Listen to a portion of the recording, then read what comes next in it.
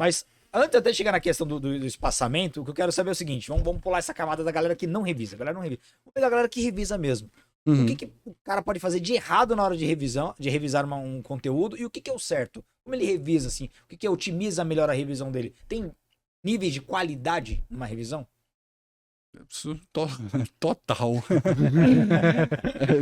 Assim, 100%. Você quer saber em níveis ou questões práticas? Questões práticas, o que ele pode fazer de errado e o que ele pode fazer de certo na hora da revisão.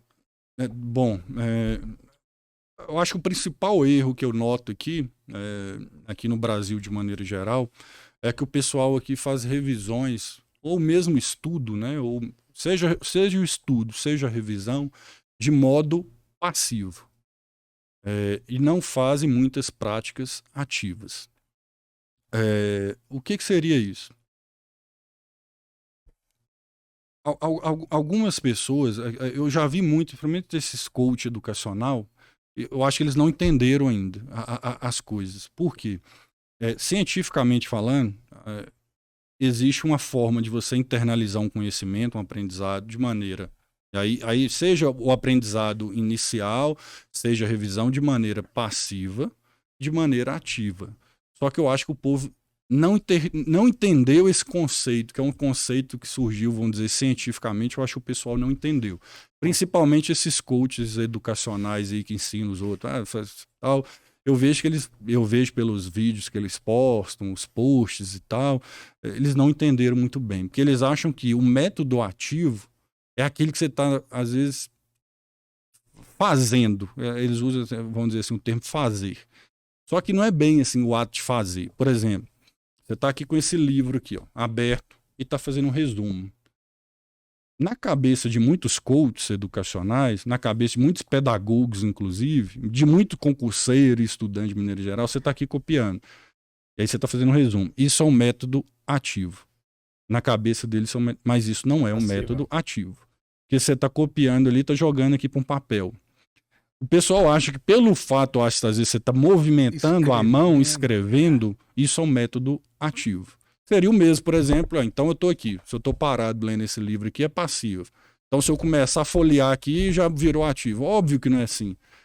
Então essa ideia de que às vezes você está movimentando, eu vejo isso todos os dias, coaches aí, educacionais, pedagogos em redes sociais falando, pessoal, vocês têm que fazer resumo porque é um método ativo de aprendizado. Vírgulas, vão estabilizar. Ora, o que seria um resumo ativo? Isso que eles falam que é uma forma ativa, que é o sujeito ali, ele está copiando aqui, aí ele está, vamos dizer, ele está sintetizando o conhecimento do livro aqui em poucas palavras. Aí ele está copiando lá e está fazendo. Isso não é uma aprendizagem ativa. O que é uma aprendizagem ativa de fato? É aquela que você retira de dentro dos seus neurônios uma informação e põe para fora. Ou seja, o que é um método passivo? Vamos voltar ao passivo. O passivo é você pega uma informação, você capta uma informação e meio que joga para dentro do seu cérebro. Então ela vem de fora para dentro. Isso é um método de aprendizagem passiva. O ativo é o quê? Você tira daqui, ou seja, de dentro do seu neurônio, de dentro do seu cérebro e põe para fora. Se você está fazendo um resumo e está copiando, você está jogando uma informação ainda passivamente para dentro do seu cérebro. O método ativo é quando você força os seus neurônios a retirar uma informação que está arquivada dentro do seu cérebro. Então você quer transformar o resumo no método ativo, você fechou o livro aqui.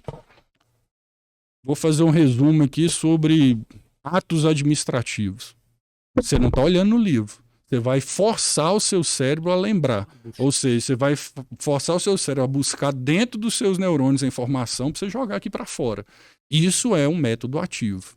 Então, tudo que você força o seu cérebro para jogar algo para fora, óbvio, para você jogar algo para fora, você já tem que ter colocado algo lá dentro, senão você não consegue. Então, antes de você exercer um método ativo, evidentemente você tem que passar pelo passivo. Você tem que jogar a informação para dentro para depois você retirá-la. Mas um flashcard, então, por exemplo... Flashcard é um método ativo, né, de aprendizado, porque tem uma pergunta imagino que a gente deva até falar disso Sim, depois, vamos falar disso. tem uma pergunta e você força o seu cérebro, por meio de uma pergunta, a te dar uma resposta. Então, cérebro, eu preciso de uma informação que está aí dentro. Me apresenta essa informação porque eu preciso fazer um resumo, porque eu preciso responder uma questão de concurso, porque eu preciso responder um flashcard, porque eu preciso responder um questionário. Ou seja, você força o seu cérebro a te dar uma informação. Isso é, de fato, aprendizagem ativa. Porque esse pessoal, eles não entenderam. Eles falam assim, as pesquisas científicas revelam que a aprendizagem ativa é melhor. Certo? Certíssimo, está correto. Só que eles confundem o conceito de aprendizagem ativa, achando que o sujeito, por ele estar movimentando, às vezes, o braço, fazendo um resumo, a mera questão mecânica ali de fazer algo é uma aprendizagem ativa. E não é isso que todos os cientistas hoje do mundo, principalmente os norte-americanos, que são os que mais estudam isso há pelo mais de 100 anos, não é isso que eles chamam de aprendizagem ativa. Desse modo, o que há de mais, inclusive, substancial hoje é você revisar o conhecimento. Vejam, revisar por quê? Porque você já fez a aprendizagem passiva, você já jogou informação para dentro do seu cérebro e já não adianta mais você fazer uma aprendizagem ou uma revisão passiva. E o que é o hábito do pessoal hoje? Do estudante de maneira geral. Lê esse livro aqui. Aí vai revisar, o que ele faz? Relê. Relê, reestuda. Ele relê. Ou então ele fez marcações, ele relê aquelas marcações que ele fez lá com marca-texto. Aí depois que ele releu, ele ainda abre o livro e faz um resumo. Ou seja, ele fez 3 práticas de aprendizagem passiva. Ou seja, você acabou de ter uma perda aí cognitiva, vamos colocar em média, aí, de acordo com as pesquisas, de 100%. Você poderia ter tido um aprendizado 100% melhor, uma retenção 100% melhor, mas você fez tudo errado. O cara acha que perde tempo produzindo o próprio material. E acha que tá, né? que isso não traz benefício. Desse modo, o que eu vejo que é um defeito aqui, que já não acontece lá nos Estados Unidos, por quê? Por conta daquilo que eu falei para vocês. O governo norte-americano faz aquele guia lá.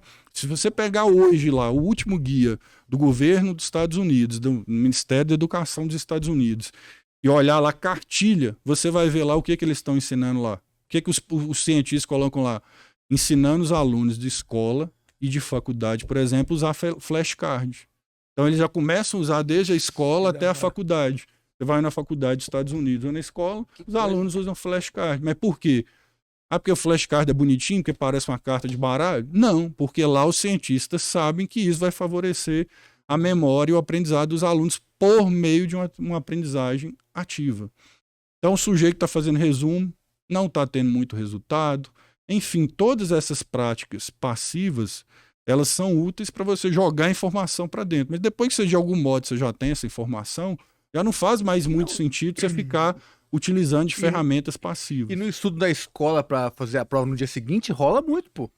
Eu vou lá 3 vezes lá reler e fazer um resumo, blá, blá, blá, vai dar muito certo. Porque o nível de exigência é muito baixo. Eu vou daqui 6 horinhas fazer uma prova, pô. Vai estar ali. E existe um pacto de mediocridade, né? O professor finge que tá ensinando, o aluno finge que aprende. Porque, o professor fala assim, do capítulo 2 ao 5 vai cair. Acabou. Aí eu vou ler o capítulo 2 ao 5, vou fazer um resuminho, daqui 4 horinhas tem a prova. Vai dar certo. Vai dar então, certo. basicamente, funciona, mas... Funciona. Pra aquilo ali, né? Dá pra... E funciona. Isso pra esse lixo de educação. Funciona por quê? Porque o que você fez? Você quis construir ali uma memória rápida ali. E o que acontece quando faz isso? Você estudou, igual você falou, 4 horas. Aí você fez uma prova, você foi bem, aí você sai de lá, sou o cara. Aí o que acontece? Se na próxima semana o professor aplicar a mesma prova, você erra 80%. Aquilo deletou de sua memória. Sim. Por quê? Porque você não reviu o conhecimento, você não fez a revisão, porque você não adotou o efeito do espaçamento de maneira correta. Estudou ativamente. Só que aí nós temos um outro problema. Não estudou ativamente. Temos outro problema. Na prática, o professor não volta àquela prova. Então o aluno ele cria a crença que esse é o correto, que esse funciona. E aí quando ele chega em concurso, ele dá uma pau. Ele não entende como é que funciona. Inclusive, é um tema isso que você falou, é um tema que eu trago no livro, chama exatamente isso. A gente tem um nome dentro da ciência cognitiva que chama metacognição. Nós temos a capacidade, vamos dizer assim, de autoavaliar o nosso conhecimento. Só que nós fazemos essa autoavaliação, inclusive existem várias pesquisas de metacognição na Europa e nos Estados Unidos, eu trago várias aqui no livro, que é exatamente isso que você falou. O aluno tem como ele faz uma autoanálise, só que ele tem uma falsa percepção como ele ganhou. Quando você lê alguma coisa muitas vezes, mesmo de maneira passiva, você cria uma familiaridade com aquele texto. E aí, quando você cria isso, você fala assim, pô, eu já sei o negócio, eu tô fera. Aí você tem essa percepção, você fez a prova, estudou 4 horas antes, fez bem na prova, você cria essa ideia de que você sabe o conteúdo.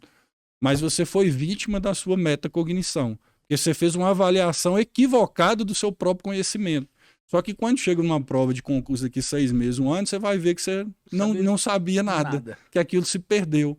Por quê? Você fez uma falsa percepção do seu próprio conhecimento, porque você ganhou ao ler de maneira passiva muitas vezes, várias vezes, por mais que você tenha lido 10 vezes um livro, você criou uma falsa sensação de domínio daquele texto, porque você meio que acostumou ali com as próprias palavras do texto. Só que aí lá na frente você descobre, não sei mais, apagou da minha memória. E por que apaga? Por conta que você não soube construir de maneira adequada uma memória de longo prazo.